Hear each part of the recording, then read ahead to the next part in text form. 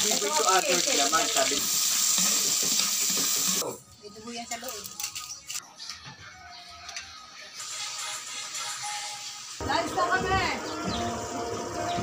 Wala kaming nabiling paa ng manok, kaya naman eto, nag-cut ako ng kalating kilong laman ng manok. Nilagyan ko rin yan ng konting asin at nilamas-lamas kasi ipiprito ko yan bago nga namin ihalo dun sa ulam na lulutuin namin. At dahil araw ng Biyernes yan, kaya naman eto, si inay nakapagpalambot na nga rin ng munggo. At eto na nga pala yung manok na kinat ko kanina. Bali pinalagyan nga lang pala siya ni inay ng harina bago nga iprito para nga daw hindi siya manikit. At iba-iba yung inihahalo namin kapag nagigisa kami ng munggo. Merong pata, paa ng manok, bias at ngayon nga ay laman nga ng manok. Kami naman kahit walang lahok yung ginisang munggo, bali nilalagyan lamang yan ni inay ng mga karne para nga kumain ng mga bata. Pagkatapos may prito yung manok ay hinango na at doon nga din sa pinagprituhan ay doon na nga rin kami naggisa nitong bawang pati na nga ng sibuyas. At nung okay na nga yung bawang pati na nga yung sibuyas ay sabay na nga rin inilagay itong pinakulo ang munggo pati na nga yung malunggay. Saglit na lang namang lulutuin yan dahil yung munggo nga ay nasobran sa pagpapakulo at parang nalabog na. Yung malunggay dati nilalagay namin yan kapag maluluto na or hahanguin na yung ulam, pero ngayon talagang sinasabay namin yan sa pagkapakulo dahil nga ang malunggay ay matagal ngang maluto. Sunod na nga rin nilagay yung pinagpira-pirasong nor cubes, asin at pagkatapos nga yung pinirito nating manok kanina. Sa totoo lang yung manok ng onti na yan kasi habang nagpiprito ako at meron na nga naluluto ay kumukuha na nga si ABM at yan nga ang kanyang iniulam. Mailagay na ang mga rekado, saglit nagpagpapakulo lamang at ayan nga ay hinango na. At dahil dito nga kami nagluluto sa labas, yung mga bumibili sa tindahan ay medyo nagtataka bakit daw kapag nagluluto kami ng ulam ay bangkada dami. Marami talaga magluto ng ulam si inay kasi kalahati pa lang ng niluluto niyang ulam ay sa amin na.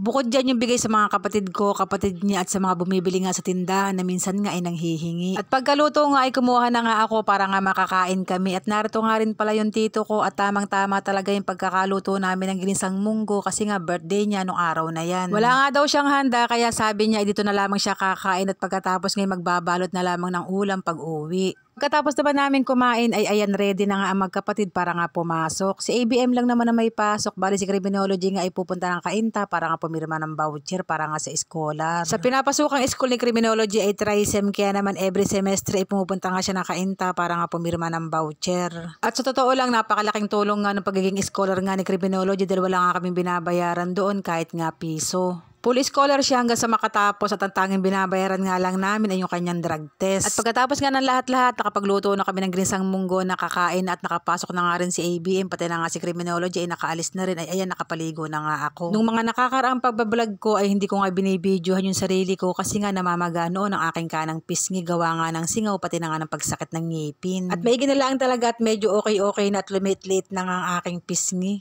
Ayun lang, salamat.